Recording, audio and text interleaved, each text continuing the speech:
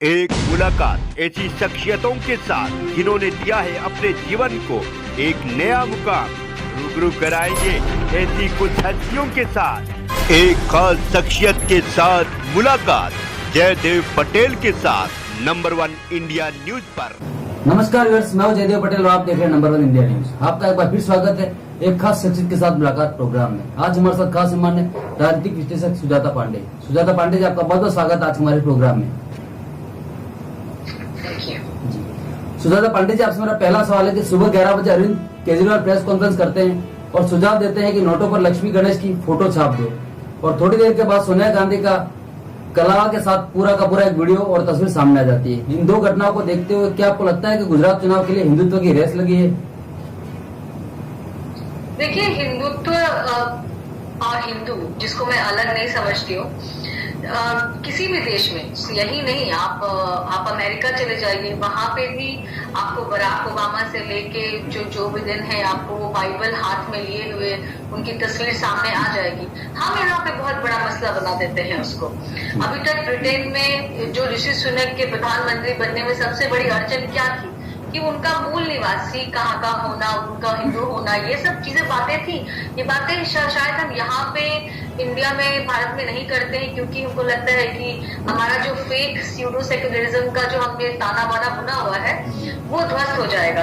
पर ये बातें हमेशा मैटर करती हैं। देखिए, डेवलपमेंट और धर्म, आप इन दोनों को कंपटीशन में नहीं रख सकते, ये दूसरे के खिलाफ नहीं है, एक साथ साथ चलती है। किसी भी देश में क्या आप उसके धर्म को, फेथ को, रिलीजन को अलग कर सकते हैं? नहीं कर सकते।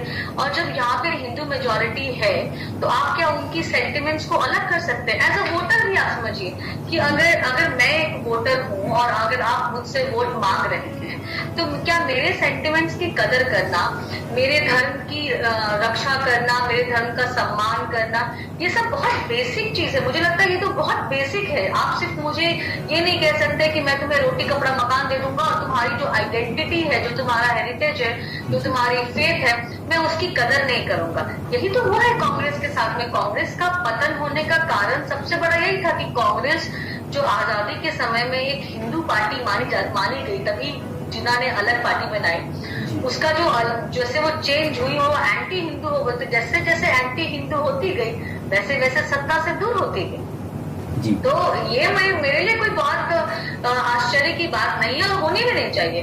क्योंकि अगर आप किसी मुसलमान बहुल इलाके में जाते हैं, वहां पे खड़े होते हैं काउंसिल वार्ड के चुनाव में, या वहां से अब आप AIM को देख लीजिए, वो मुसलमानों की बात करना बंद कर देंगे क्या? नहीं करेंगे, क्योंकि वही उनका वोट बैंक है, वही लोग उनको वोट करते हैं, कोर वोट है। तो जैसे हम उनकी बात करते हैं, हिंदुओं की बात करने में क्या है? और लेकिन आज से 50 साल पहले और 30 साल पहले की राजनीति में अंतर यही है कि आज सब कुछ, आपके फुटप्रिंट्स जो होते हैं, जो आपके पुराने पाप, वो सब सामने होते हैं। आप ये नहीं कह सकते कि मैं कट्टर हिंदू हूँ, मैं हनुमान जी का भक्त हूँ, और तो फिर उसके साथ में लोग वो स्वस्तिक पे झाड़ू वाली पिक्चर भी लगा देते हैं और कहते हैं कि ये तो चुनावी हिंदू है।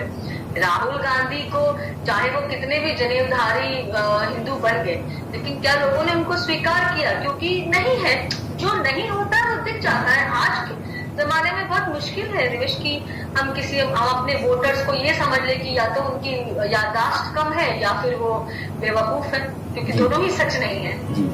सुजाता पांडे जी, अरविंद केजरीवाल अपनी ही पार्टी के नेता राजेंद्र पाल गौतम हो, चाहे गुजरात आम आदमी पार्टी के अध्यक्ष गोपाल इटालिया हो, इनके तरफ से बयान दिए गए, या दिल्ली का जो पॉल्यूशन है, इसको लेकर विपक्षी पार्टियां आरोप लगा रही है कि इन सब जो मुद्दे हैं उनसे भटकाना चाहती है आम आदमी पार्टी। अपने ही नेताओं के जो बयान है उसका एक कहीं न कहीं डैमेज कंट्रोल करने के लिए अरविंद केजरीवाल के द्वारा ये सब किया जा रहा है। आप इसको कैसे देखती हैं?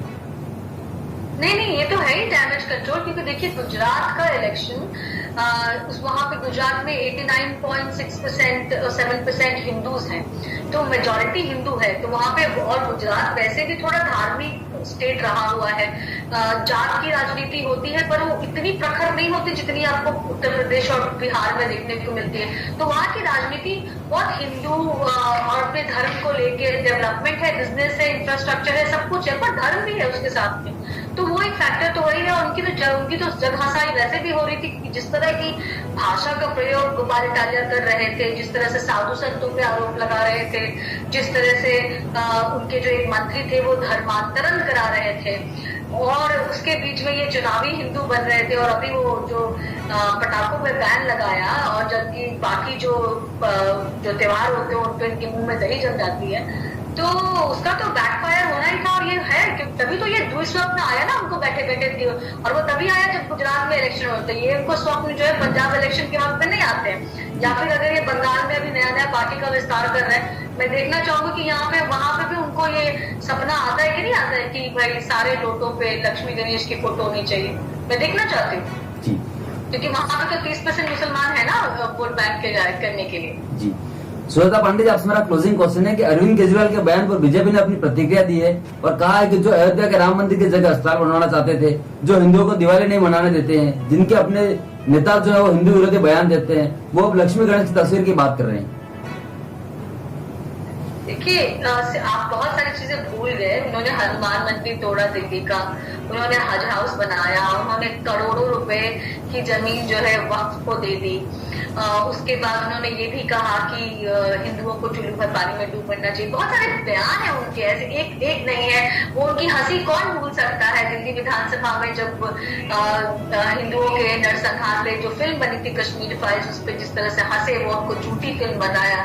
तो जैसे मैंने कहा, पुराने पाप इतने हैं कि वो एक पुरानी कहावत है कि 100 चूहे खा के बिल्ली हज को चली, वैसी वाली कहावत हो गई। क्योंकि आज का देखिए, आप सिर्फ टाइप करेंगे कि अगर अरविंद केजरीवाल एंटी हिंदू, तो आपको 50 आर्टिकल आ जाते हैं, 100 इमेजेस आ जाते हैं। तो ऐसे में तो मुश्किल है। अरविंद केजरीवाल या तो ये समझते हैं कि उनकी, या तो उनका जो स्क्रिप्ट लिखते हैं या स्पीच लिखते हैं, या तो वो रिसर्च नहीं करते, या फिर उनकी मेमोरी थोड़ी कम है। मैं तो यही कहूंगी।